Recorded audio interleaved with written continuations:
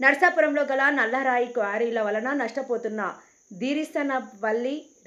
దీరిసన్నపల్లి నరసాపురం గ్రామస్తులకు న్యాయం చేయాలని నిర్విరామంగా పోరాటం చేస్తున్న ఆదివాసీ సంక్షేమ పరిషత్ నాయకులపై నష్టపోతున్నామని ఫిర్యాదు చేస్తున్న గ్రామ బాధితులపై దాడులు చేయించిన మైనింగ్ మాఫియా, మైనింగ్ ఏడి మరియు రంపచోడవరం తహసీల్దార్పై ఎస్సీ ఎస్టీ ఆల్ట్రాసిటీ కేసు నమోదు చేయాలని రంపచోడవరం ఐటీడీఏ ముందు నిరసన తెలియజేయడం జరిగింది.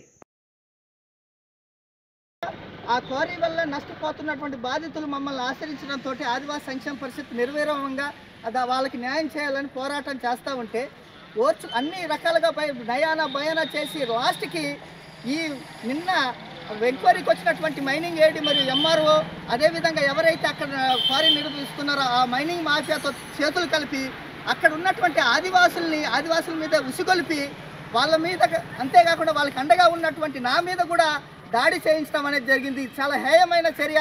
దీని మీద మేము 100కి డైల్ చేయడం జరిగింది. పోలీసు వారు రావడం జరిగింది, తీసుకురావడం జరిగింది. మేము రాత్రి కూడా కంప్లైంట్ ఇచ్చాం. మేము అడిగేది ఏంటంటే, గ్రామస్తులు మీకు న్యాయం చేయటం కోసమే మేము వచ్చాం. మీకు అక్కడ అన్యాయం జరుగుతుందని మీరు చెప్తేనే మేము అక్కడికి వచ్చాం. మీరు చివరికి 10వ పరకతో అమ్ముడిపోయి ఈరోజు వాళ్ళ సంఖ్య మోచేతి నీళ్ళు తాగుతూ బతుకుతామంటే అది మీ ఇష్టం. కానీ మీ ఇల్లు పాడవకపోతే అది మీ ఇష్టం. కానీ పాడైన వాళ్ళు ముందుకు వచ్చి వాళ్ళు కంప్లైంట్. చోడవరం మండలం కోసిపేట పంచాయతీ నరసాపురం గ్రామము. మా గ్రామంలో కూడా గతంలో కోరి వల్ల ఇల్లు పగలడం జరిగిన తర్వాత మేము ఆల్రెడీ కంప్లైంట్లు ఇచ్చాము. కంప్లైంట్ ఇచ్చిన తర్వాత మా మీద కూడా దాడి చేస్తే మాకు అప్పట్లో సరైన ఆధారం లేక మేము కంప్లైంట్ అయితే ఇచ్చాం. కానీ ఇంకా అది అంతటితో ఆగింది. అలాగని గిరిసపల్లి గ్రామంలో అమ్మ వాళ్ళు మొత్తం ఇల్లు పగిలిపోయేది. ఆదివాసీ సంఘాలకు ఆశ్రమించి మనకి న్యాయం జరిగేలాగా తీసుకురమ్మని మా అమ్మవాడు చెప్పడం వల్ల నేను అక్కడికి ఆయనకి తీసుకొని వెళ్ళాను. ఆదివాసీ సంఘ నాయకుడికి తీసుకెళ్ళగానే మా ఇల్లు పగిలిందని చుట్టుపక్కల వాళ్ళందరూ వచ్చి ఫోటోలు తీయించుకోవడం జరిగింది.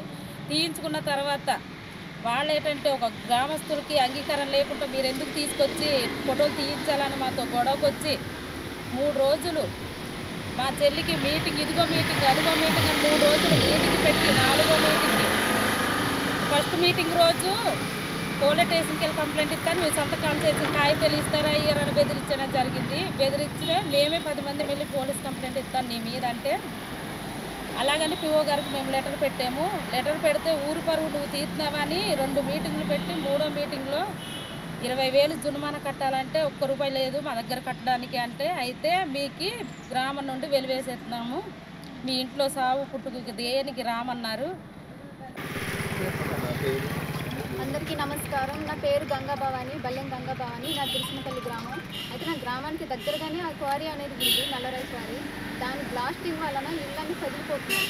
అయితే దాని గురించి అని చెప్పి మేము ఆదివాసీలను ఆశ్రయిస్తే ఆదివాసీలు వచ్చి ఫోటోలు తీసుకున్నారు. దానికి ఊళ్ళో గ్రామస్తులు పెద్ద మనుషులు అయినటువంటి ఎవరైతే మీరు ఉన్నారో వాళ్ళు మా పర్మిషన్ లేకుండా మీరు ఎందుకు ఇది చేస్తున్నారు అని చెప్పి మా మీద దుర్భాషలు ఆడటం, మమ్మల్ని బెదిరించడం, భయపెట్టడం అలాంటివి చేశారు. మేము కంప్లైంట్ ఇస్తామని కూడా మమ్మల్ని బెదిరించారు. అయితే వాళ్ళు ఇష్టపూర్వకంగా ఎవరైతే మిగతా కొంతమంది గ్రామస్తులు ఉన్నారో వాళ్ళ ఇష్టపూర్వకంగా ఫోటోలు తీపించుకున్నారు. మాకు అన్యాయం జరిగింది క్వారీ వల్ల అని చెప్పి ఫోటోలు తీపించుకోవడం జరిగింది. అయితే వాళ్ళని కూడా బెదిరించేసి భయపెట్టేసి మీరు జరిమానా కట్టాల్సి వస్తుంది, లేదంటే వెలివేయాల్సి వస్తుంది, ఇలాంటి మాటలు చెప్పి భయపెట్టేసి వాళ్ళను ఇది చేసి ఇప్పుడు వాళ్ళ వైపుకి తిప్పేసుకున్నారు. అయితే దాని గురించి మేము గత 17వ తారీఖున గ్రీవెన్స్లో లెటర్ పెట్టడం జరిగింది, ఇలా మాకు అన్యాయం జరిగిందని చెప్పి.